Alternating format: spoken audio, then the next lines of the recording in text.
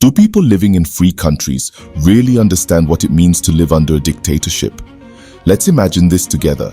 You're sitting comfortably in your home, watching a movie, a superhero film like Spider-Man, perhaps, or maybe there's a young child in the family, happily watching Doraemon. Then imagine suddenly, the government decides that watching foreign content is not just unacceptable, but illegal. They enforce this not with a warning or a fine, but with imprisonment or even the death penalty, all for simply enjoying a harmless movie. Now, this might sound like fiction in countries with freedoms like the US, the UK, India, and many parts of Europe. But this is the terrifying reality for those living in North Korea. North Korea is a place where, shockingly, over 200 people were executed just for listening to pop music. Many were teenagers. Imagine that. The joy of music costing young people their lives. This isn't some distant past, it's happening now. North Korea operates in a way that's difficult for most of us to imagine. The government controls every aspect of life. Wi-Fi is banned. People have no access to the global internet. Girls aren't allowed to ride bicycles. Women are forbidden from wearing skirts above the knee. This isn't just about laws, but about controlling the smallest expressions of individuality and freedom.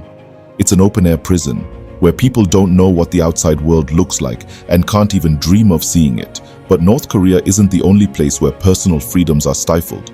In China, people face strict censorship that limits what they can read, watch, or discuss. The Great Firewall of China blocks major websites, social media platforms, and countless sources of information. Criticizing the government, even on social media, can result in arrest. Those who dare to speak out face surveillance, forced silence, or worse. In recent years, we've seen how tightly the Chinese government controls regions like Hong Kong, clamping down on protests and imprisoning activists who call for democracy. To help you understand the depth of control a dictatorship can impose, let me share a story from North Korea's history, a story that speaks volumes about life under such a regime. In the 1920s, a fire broke out in a small North Korean village, engulfing the home of a woman who managed to save her children's lives by rushing them out of the flames. She was a hero, at least in the eyes of any parent, but soon after, the government launched a campaign to severely punish her, spreading her story across the nation as an example of wrongdoing. Her crime? In her rush to save her children, she didn't rescue the portraits of North Korean leaders hanging on her walls. Imagine that. A mother who risked her life to save her children was condemned, not for what she did, but for what she didn't do. In the eyes of the regime, she was guilty of failing to show absolute loyalty to the state. This is the power of dictatorship, a system that values loyalty to the government above family, humanity, and life itself. Consider another country where authoritarian rule has clamped down on freedom. Russia. In recent years, anyone who criticizes the government openly, even famous figures or journalists, risks arrest. Laws are passed swiftly to shut down protest movements and silence dissenting voices. Many activists have mysteriously disappeared, been arrested, or even killed. Independent news organizations are regularly shut down or forced to leave the country. The government controls the narrative, shaping what people are allowed to see and hear about their own country and the world. Even in places like Saudi Arabia and Iran, there are strict rules governing how people dress, act, and express themselves.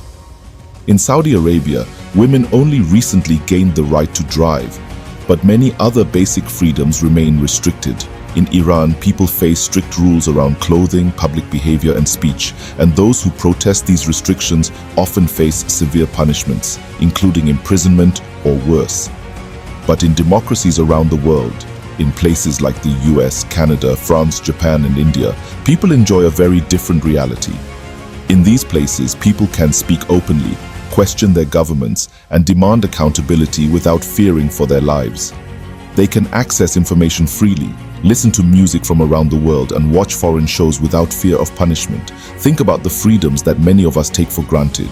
Our ability to choose what we read, to dress as we wish, to worship freely, and to criticize leaders.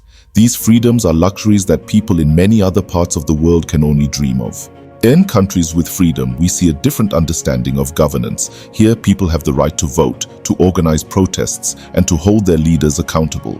In India, the US, and across Europe, individuals can stand up and voice their opinions without fearing that their lives are at risk. Even people with controversial or unpopular views have the right to express them.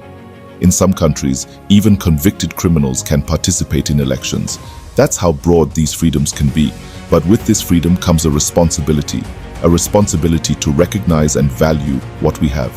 We must never forget that in other parts of the world, people cannot dream of these rights. In places like North Korea, China, Iran, and Russia, people live under regimes that control their every move, where simply speaking your mind can cost you everything. So let's take a moment to appreciate the freedoms we have, to value them, and to remember those who live under conditions we can hardly imagine. Freedom is precious, it is fragile, and it is something worth protecting, not just for ourselves, but for all those who are still waiting to experience it.